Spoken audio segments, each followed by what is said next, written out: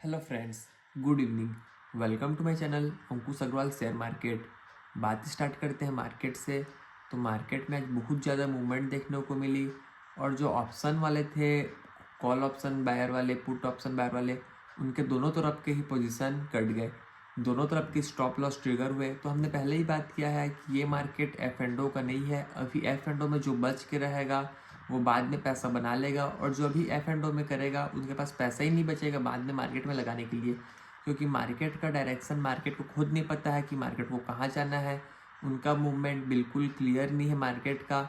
जब Nifty 50 start हुआ तो कुछ वीक पॉइंट में स्टार्ट हुआ, फिर कुछ अचानक से चढ़ गया, फिर कुछ गिरा, फिर लास्ट के 2 आवर्स में धमाकेदार तेज़ी देखने को मिली। तो मार्केट का खुद समझ में आ ही रही है कि मार्केट को करना क्या है। ऊपर नीचे का खेल चला है और ऑप्शन वालों को आज बहुत ज़्यादा नुकसान पड़ी है, कॉल पुट दोनों ही को। तो देखना ये पड़ेगा कि कल आरबीआई की जो एमपीसी की मीटिंग का जो आउटकम आएगा उससे मार्केट को क्या डायरेक्शन मिलता है। और जो हमने पहले ही बात करी थी, जो सीआरआर की न्यूज़ है कि सीआरआर कट हो सकता है, वो भी न्यूज़ बहुत ज़्यादा फैल रही है और एनालिस्ट लोग एक्सपेक्ट कर रहे हैं कि वो सीआरआर कट होगा। तो हमने पहले ही बात किया है कि अब एक्सपेक्टेशन हो गई, और अगर अब नहीं होता है कट तो मार्केट उसको गलत वे में ले सकता है। रेट कट अगर नहीं होगा तो भी मार्केट गलत वे में ले सकता है। तो प्रॉब्लम ये होती है कि एक्सपेक्टेशन एनालिस्ट लोग की हायर हो जाती है, तो मार्केट से हायर एक्सपेक्ट करते हैं, और जब बदले में कुछ मिलता नहीं है तो मार्केट उसको गलत ढंग से रिएक्ट करता है। लेकिन अगर सीआरआर कट होगा तो बैंकिंग सेक्टर को बूस्ट मिलेगा, इकोनॉमिक को भी बूस्ट मिलेगा, और रेट कट होने से भी ग्रोथ को बूस्ट मिलेगा। तो देखते ये हैं कि जो आरबीआई के गवर्नर है वो किसके ऊपर फोकस करके जीडीपी के ऊपर क्या बोलते हैं, तो सब देखना पड़ेगा। और आरबीआई के गवर्नर क्या स्टेटमेंट आता है, स्टेटमेंट से भी बहुत फ़र्क पड़ेगा कि मार्केट किस वे में जाएगा। मेरे को लगता है कल का मार्केट को दो मार्केट समझना चाहिए। एक तो 9:15 से लेकर 10:30 बजे तक की मार्केट में उस समय कोई बिना रिएक्शन के वर्क होगा, और उसके बाद रिएक्शन आउटकम के बाद होगा।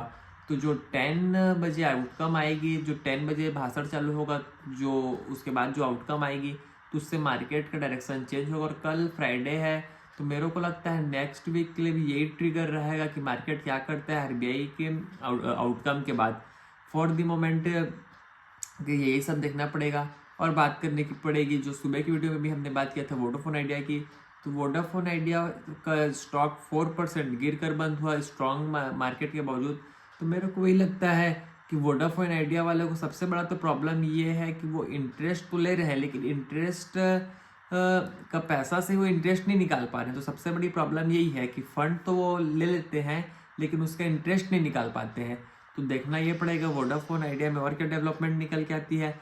लेकिन कुछ अगर डेटा की बात करें तो निफ्टी 50 आज के सहित टोटल में लगातार 5 कॉन्सिक्यूटिव डेज से पॉजिटिव नोट पे बंद हो रहा है, और जो आज लेवल क्लोज हुआ है वो 6 वीक्स का हाईएस्ट लेवल है। तो 6 वीक्स में हाईएस्ट लेवल आज देखने को मिला, और देखना यही पड़ेगा कि अब कल का जो डिसीजन है उसके बाद मार्केट में क्या चल रहता है।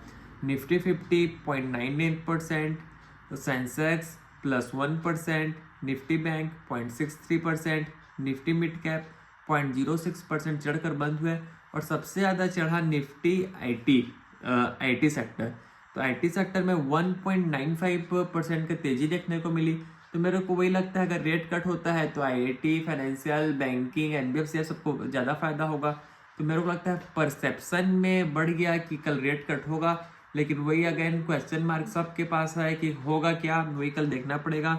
तो निफ्टी टॉप गेनर्स में ट्रेंड भी बिना मतलब का अचानक से 3.31% चढ़ गया, बिना कोई न्यूज़, बिना किसी कारण के। तो देखना ये पड़ेगा कि अचानक से क्या हुआ। ट्रेंड 3.31%, इन्फी 2.42%, टीसीएस 2.31%, टाइटन 2.19%, और डॉक्टर रेड्डी 2.18% चढ़कर बंद हुए। वहीं निफ्टी टॉप लूजर्स में SBI life 1.21%, HDFC life 1.09%, Bajaj auto 1.05%, NTPC 0.9%, और ग्रासिम 0.38% चढ़कर बंद हुए, रादर गिर कर बंद हुए। तो यही देखना पड़ेगा कि मार्केट और आगे कल क्या करता है। मेरे को लगता है कल का जो मार्केट ओपन होगा इन्वेस्टर है कि रिटेल ट्रेडर है, उनको हड़बड़ा के कुछ लेना भी नहीं चाहिए, कुछ बेचना भी नहीं चाहिए। उनको वेट करना चाहिए डिसीजन के आउटकम का। आउटकम जब आता है तो उनके बाद उनको समझना चाहिए कि क्या लेना चाहिए और क्या बेचना चाहिए। अगर सब पॉजिटिव निकल के आता है तो ऑलरेडी शेयर के प्राइस रॉकेट हो चुके रहेंगे। तो ऐसा नहीं है कि उनको मौका नहीं मिलेगा, उनको वेट करना चाहिए। और अगर कुछ नेगेटिव निकल के आता है तो कल शेयरों में गिरावट भी देखने को मिलेगी। तो देखना ये पड़ेगा, अगर गिरावट देखने को मिलती है तो फंडामेंटली स्ट्रॉन्ग कंपनी को पकड़े और लॉन्ग टर्म के हिसाब से रखें, तो दोनों ही तरफ का मूवमेंट देखने को मिल सकता है न्यूज़ के ऊपर। यही तक रखते हैं, आपसे कल फिर मुलाकात होगी, तब तक के लिए थैंक यू।